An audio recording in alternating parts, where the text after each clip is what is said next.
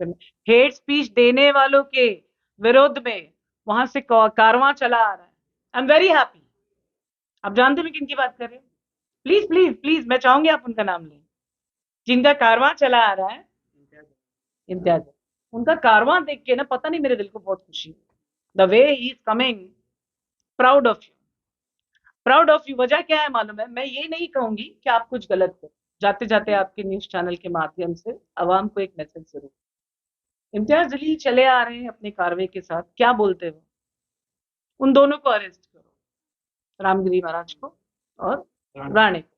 क्यों अरेस्ट करो? इन्होंने बदतमीजी की, इन्होंने अपशब्दों का प्रयोग किया। ये मस्जिद में घुस के मारने की बात करते हो भी, चुन चुन के।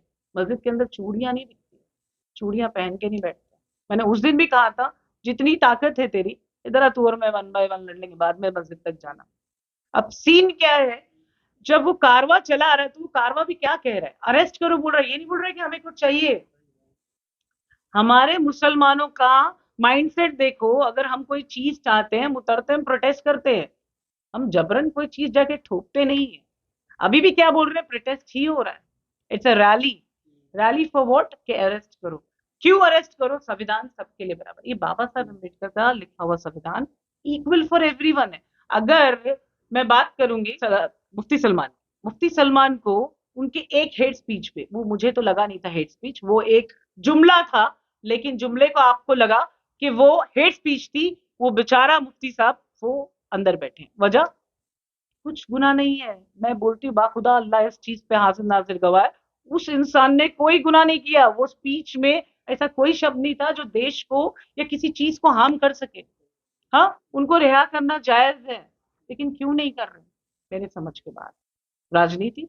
अब उन्होंने इतनी सी स्पीच हेट दे दी, तो इन्होंने क्या बोलते ना, शरबत और शक्कर बरसाई है दोनों ने।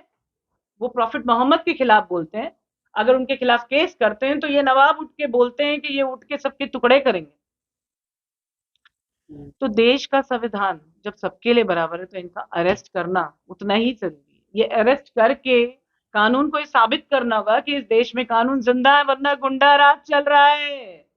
आप बच्चों को, आप जनरेशन को खराब कर रहे हो।